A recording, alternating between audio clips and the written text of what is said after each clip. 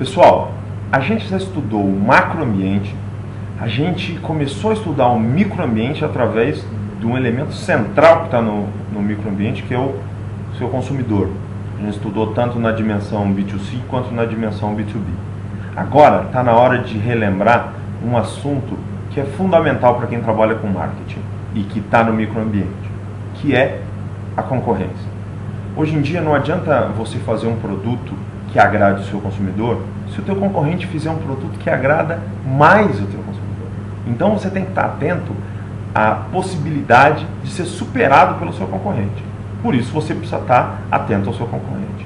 E o pior de tudo é que existem concorrentes de diversas naturezas. A gente costuma se concentrar naquilo que a gente chama de concorrente direto, ou o que alguns teóricos aí chamam de concorrente de marca. É aquele concorrente que tem o mesmo posicionamento de você. Tem um produto parecido, tem um preço parecido, tem uma distribuição e uma comunicação parecida. Miram no mesmo tipo de consumidor com um posicionamento parecido. Esse realmente é um tipo de concorrente que você tem que estar mais atento.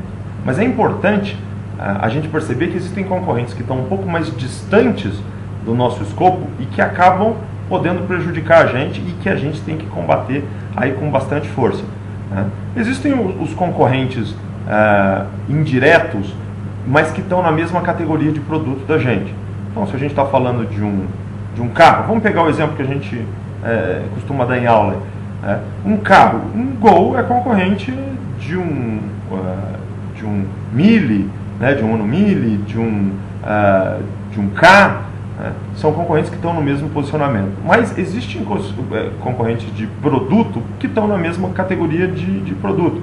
Então você tem carros maiores, você tem, por exemplo, uma Corolla, você tem o carro da Honda, que apesar de não serem concorrentes diretos, por serem carros a gente considera concorrentes. É bom lembrar que às vezes a concorrência é só teórica, porque é difícil alguém estar pensando se vai comprar um Gol ou se vai comprar uma Fielder, por exemplo.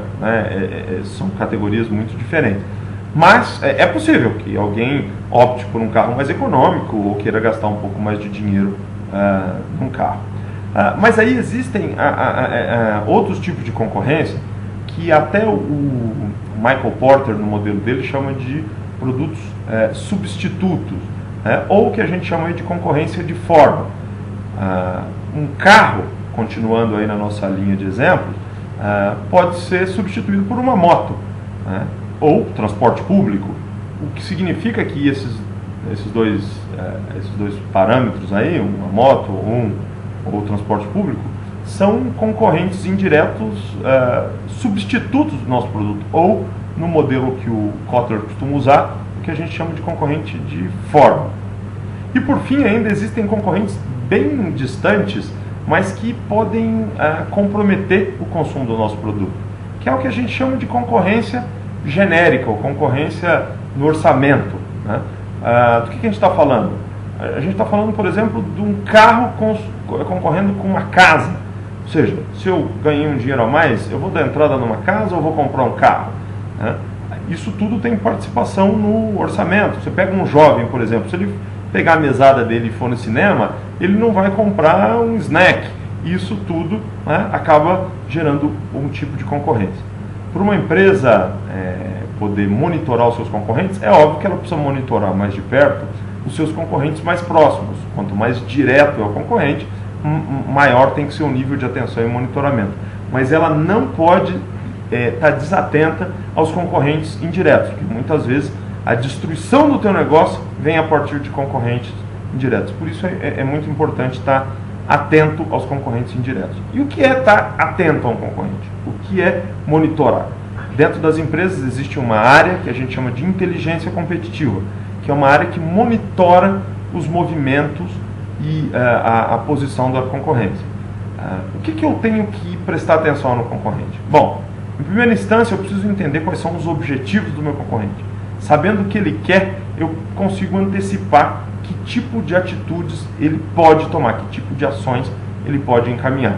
Agora, é importante também conhecer as estratégias. Quais são as políticas básicas da empresa? do ponto de vista industrial, do ponto de vista financeiro e principalmente do ponto de vista mercadológico. Como é a política dele em termos de inovação? Ele copia ou ele é um inovador? Como é a política dele em termos de preço? Ele quer ser líder? Ele quer ter uma relação value for money? Qual a estratégia de distribuição? Em que canal ele atua? Em que canal ele pretende atuar? Qual a estratégia de comunicação? Ele investe em marca ou não? Com que agressividade? Usando que mídia? Usando que posicionamento?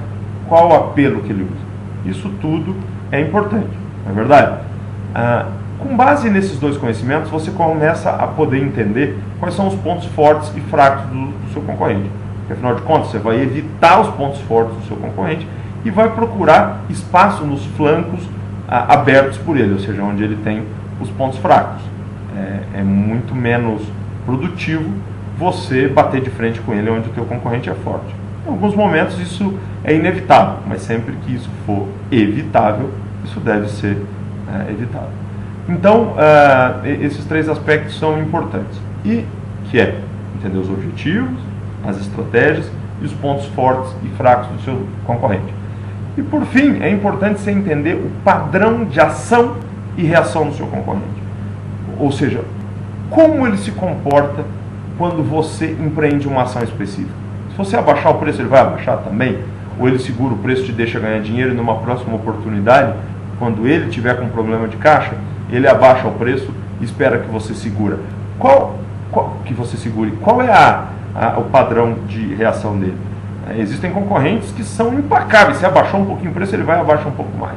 É importante saber isso, porque é importante você saber que quando você, por exemplo, vai abaixar o preço, o teu concorrente não vai deixar você ficar com o preço mais baixo. Então, é importante conhecer esse padrão de reação.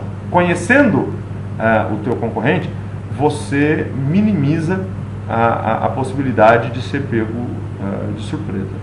E com isso aumenta a tua chance de êxito na empresa. Tá ok? Vamos em frente.